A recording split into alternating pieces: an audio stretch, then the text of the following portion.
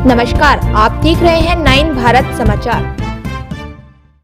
राज्य में पंचायत चुनाव का बिगुल बजते ही प्रत्याशियों का जनसंपर्क अभियान शुरू हो गया।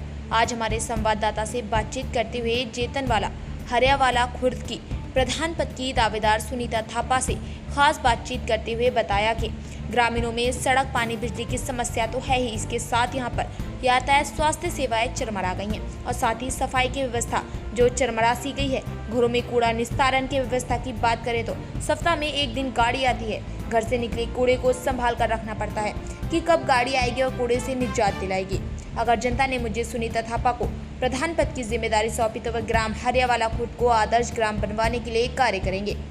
आइए सुनते हैं संवाददाता से बातचीत करते हुए प्रधान पद की दावेदार सुनीता थापा ने क्या क्या वायदे किए। मैं हूं आपके साथ आशा रावत। ग्राम पंचायत चुनाव कवर कर रहे हैं हम, और आज हम आए हैं सहसपुर ब्लॉक की ग्राम पंचायत हरियावाला खुर्द में, जहां से ग्राम प्रधान पद की प्रत्याशी हैं सुनीता थापा जी। क्षेत्र भ्रमण पे हमने देखा क्षेत्र में बहुत सारी समस्याएं हैं।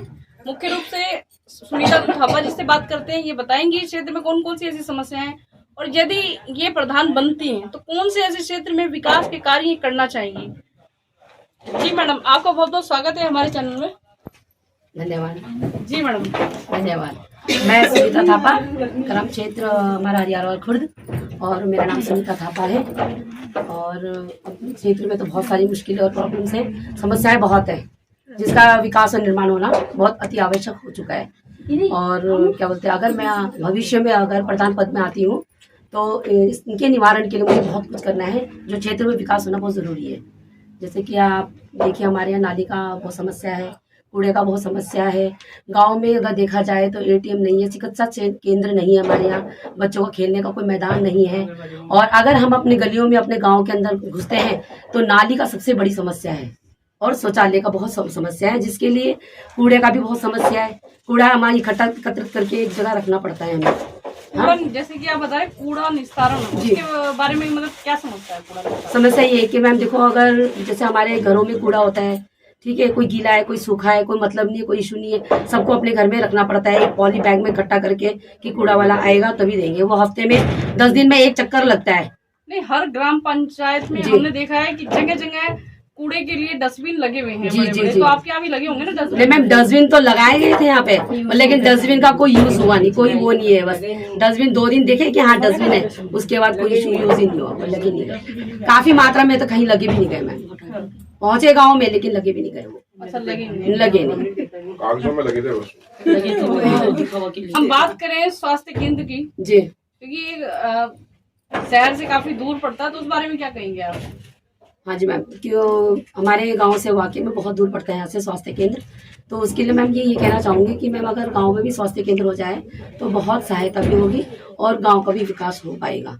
क्योंकि हमारे गांव में स्वास्थ्य केंद्र है नहीं, तो क्या बोलते हैं, कभी कभी जैसे रात को भी कोई इशू हो जाती है, सुबह भी कोई इशू हो जाती है, कभी घर में कोई जेंट्स नहीं है, कोई महिलाएं गाड़ी नहीं चला पाती हैं, तो इस वजह से हमें बहुत मुश्किलों का सामना करना पड़ता है। अगर स्वास्थ्य केंद्र हो जाएगा तो काफ़ी हद तक सुधार हो पाएगा हमारे गाँव में।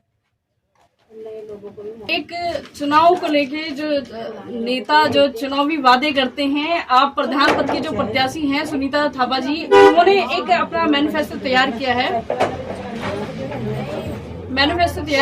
जिसमें इन्होंने बताया कि यदि ये प्रधान बनती हैं कौन कौन से ऐसी मुख्य समस्याएं हैं जिन पर ये कार्य करना चाहेंगी। आप बताएं मैडम। मैम सबसे पहले तो हमारे गांव के जो हमारे इसमें जो काम जो विकास किया जाए मैम, सबसे पहले तो हमने गांव में पानी का जो रुकावट है, जो हमारे नालियों में से बारिश का पानी आता है ना, यहाँ पे गलियां नहीं है, नालियां नहीं है, तो रोड में सारे ऐसे बहते हैं मैम, रास्ते कुछ पता नहीं चलता। उसका विकास करेंगे मैम, उसको जो पानी का रुकावट करवाएंगे, उसकी मरम्मत करवाएंगे, रास्ता बनवाएंगे और जो नालियां हैं उनको भरवाएंगे साइड से, वो उसका विकास करेंगे मैम।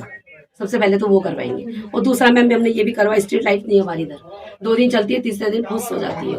उसकी मतलब जो परमानेंट इलाज जो है वो करवाया जाए, जिससे कोई आने जाने में दिक्कत नहीं हो। परमानेंट इलाज जैसे कि आप क्या बोलना मतलब कहने का परमानेंट का मतलब ये है कि जैसे मैम अभी हाँ जैसे रिपेयर वगैरह है, लाइट का खंभे वगैरह, हाँ जी, वो जैसे गिर जाते हैं, उनका मतलब टाइम पे उनकी मतलब मरम्मत करवाना। हाँ जी बिल्कुल, बिल्कुल चलती रहे, किसी को मतलब प्रॉब्लम ना हो, मतलब मुसीबत ना आए। पानी की समस्या क्षेत्र में, पानी के बारे में क्या जल भराव। कहेंगे? जल भराव जल भराव है जी। पानी पीने के लिए आने के लिए कोई दिक्कत नहीं है मैम। पानी क्या है मैम, हमारे जो बरसात का पानी आता है इसके लिए कोई नाली नहीं है, अभी आप रास्ते से निकास ही नहीं है, मतलब कहने का मतलब वो है, उसके लिए विकास करना है जी। तो जैसे कि हम क्षेत्र भ्रमण पे निकले हुए हैं, हम देख रहे हैं कि ग्राम पंचायत में जो सड़कों की स्थिति है ना बहुत ज्यादा खराब है, उस विषय में क्या कहेंगे आप? मैं बस वही कहेंगे कि सड़कों का निर्माण किया जाए और उनको बनवाया जाए ठीक तरीके से, उनका मतलब ढंग से उसको बनवाया जाए, रिपेयरिंग कराया जाए मैम। जैसे गड्ढे हैं कहीं, जो गाड़ियां चलती है पानी भर जाता है, मुसीबत आ जाती है, उसमें कोई गिर जाए कुछ पता नहीं चलता, गड्ढे नालों का पानी का इतना भराव हो जाता है गड्ढों में, बस मैम उसका मरम्मत और निर्माण किया जाए। अच्छा, यहाँ से आपके यहाँ हरियावाला खुर्द से यदि कोई शहर जाना चाहता है तो उसके लिए यातायात की किस तरह की सुविधा है आपके यहाँ? मैम सुविधा तो क्या है मैम, बस लगी है हमारी इधर आने जाने के लिए, यहाँ से आने जाने के लिए जो यातायात के लिए बस लगी है मैम, और लोगों की अपनी पर्सनल गाड़ियां हैं, और बस की भी कोई टाइमिंग नहीं है मैम। बस में भी उसमें दिक्कत है, 1 घंटे में बस आती है, नहीं आती कुछ नहीं पता, और 10-12 सीट की बस होती है, उसमें भी लोगों को बहुत दिक्कतें आती है। आप अपने क्षेत्र वासियों को, अपनी ग्राम पंचायत वासियों को क्या कहना चाहेंगे?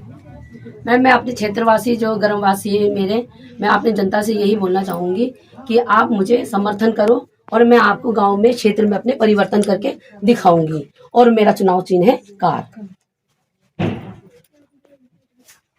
एक गुण है आप ना,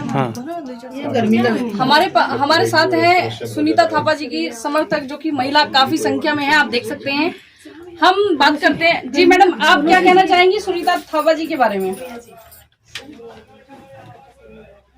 जिस तरह से वो कार्य करेंगे, first of all thank you, नमस्कार। मैं बिंदु थापा, वार्ड नंबर 9 से मुझे यहाँ पर निर्विरोध चुना गया है, और मैं चाहती हूँ कि सुनीता थापा जी को भारी मतों से विजय बनाए, ताकि वो जिस तरह से वो कार्य करेंगे मुझे भी उसके साथ